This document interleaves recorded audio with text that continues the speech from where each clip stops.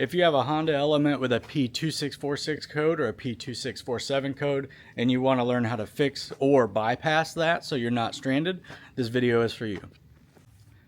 Now that code is thrown by the VTEC solenoid and the oil pressure sensor attached to that same VTEC solenoid, which is on the back of your valve cover there. It sits about here. It's 3 bolts to pull out and then you replace it. So number one, your VTEC solenoid may not be bad. Below that VTEC solenoid is an oil pressure sensor in the back of the block. Sometimes that comes unplugged, whether it gets wet or the coupler breaks. Check that, as well as the VTEC solenoid. The VTEC solenoid does leak, so chances are it's oily back there. You're going to have to fix it. You're going to have to repair it. If you decide to do that, go with an OEM VTEC solenoid. Do not buy an aftermarket. They're junk. They'll work for a while. I know people are going to say in the comments, mine's been fine for a year, yada, yada, yada. But they're expensive, but, you know, just do it one time. Buy an OEM VTEC solenoid. So do that.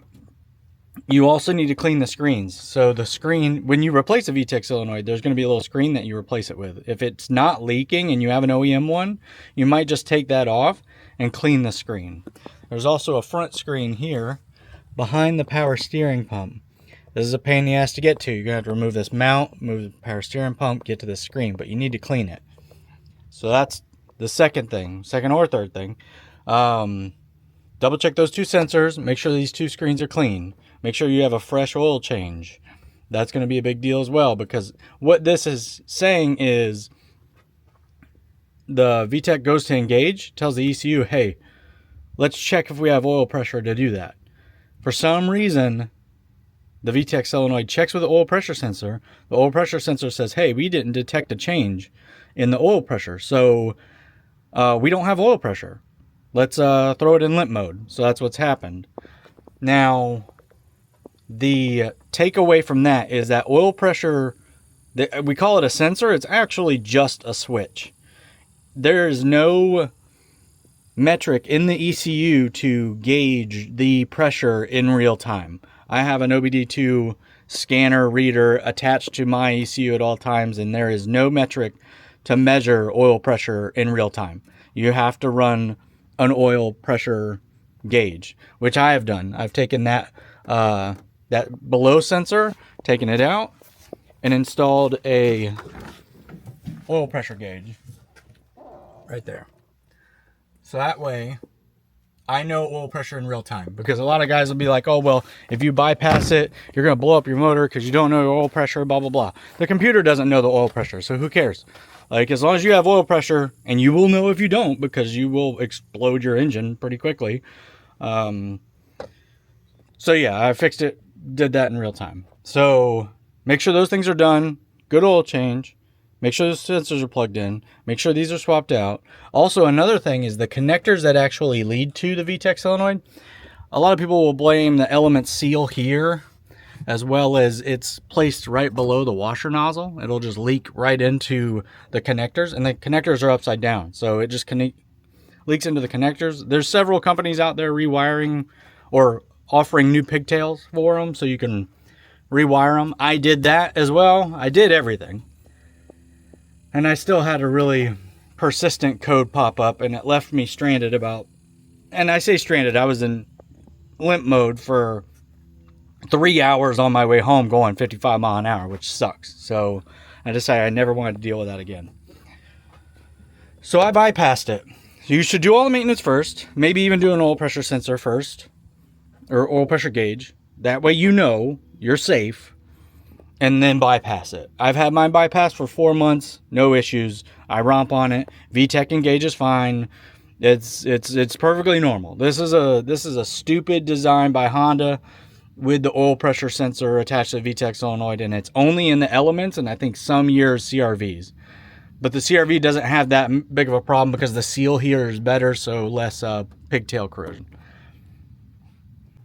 So the way the bypass works, there's 2 ways of doing it. You can either tee off wires that run to the oil pressure sensor and VTEC solenoid, or you can build one of these, or email me. I might be able to build you one. These, you just run the wires through here. They crimp on, and then you know, you get current from that. It just crimps on. So this is a good way to do it if you ever want to take this off for whatever reason.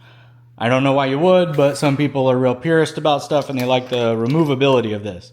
My personal element is soldered in, and it would be difficult to go back. So the way this works is a simple relay. So over here I've got a little diagram how that works. So essentially, take and screenshot this. This is black. This is green and yellow, brown and yellow, and then blue and black. So these two oil pressure sensor wires will end up going to 87A and 30 in the relay. 87 is not used. And then black and green and yellow will go to 85 and 86. So the way a relay works is it's just a magnet. So when one thing is charged, it pulls that contact one way or the other.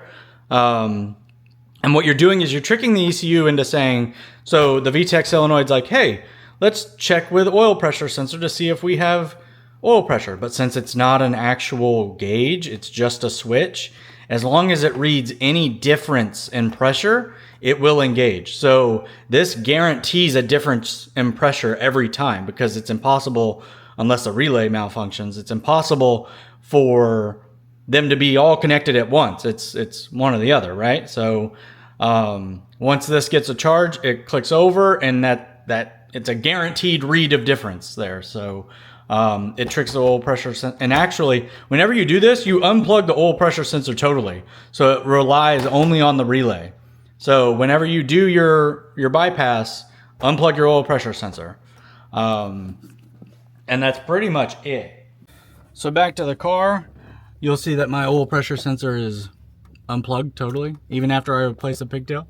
The way I did mine was I took this back and I undid this, and I found my 4 wires, and I took a razor blade and unsheathed each wire and then soldered in a runner to my VTEC, or to my new bypass.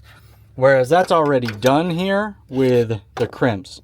So if you've got the time and you want to do it, I think this is much better than my way. But you just take the 2 plugs, oil pressure sensor and your other plug, unplug them, crimp these on, and then leave your oil pressure sensor undone.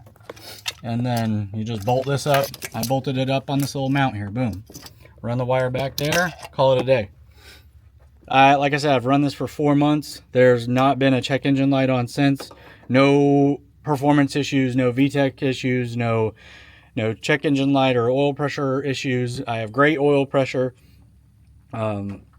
But yeah, so I really just got fed up with that, and I found a bunch of content online and a write-up on how to do something like this, how to do the solder connection, and then I used my own ingenuity to make just a plug-in bypass. So real simple, pretty safe. I mean, could this malfunction and like backfeed? I mean, maybe, but like, I don't think so. I mean, there's relays all in your element, all in every vehicle ever, and I've only heard of them go bad and you unplug them and plug a new one in. I made sure to use a Bosch, like name brand, nice. You know, it was an extra $4. Oh no. So it's probably made of like double the better the material though. So make sure you use a nice relay, and that's pretty much it. Any questions, just put it in the comments. It's pretty straightforward if you're mechanically savvy and decent with just simple electronics. I mean, if you've wired in a radio, you could do it. Hell, even the soldering, you should solder it if you decide to go that route and you're not doing this. I mean, you could probably just twist the wires together and electrical tape it if you needed to. But I recommend soldering or making your own like this, or shoot me an email and I'll make you one. As long as you're going to do it, because I'm not just going to make the whole world these in case. I'm keep it in your glove box and never use it. So, all right, well, thanks.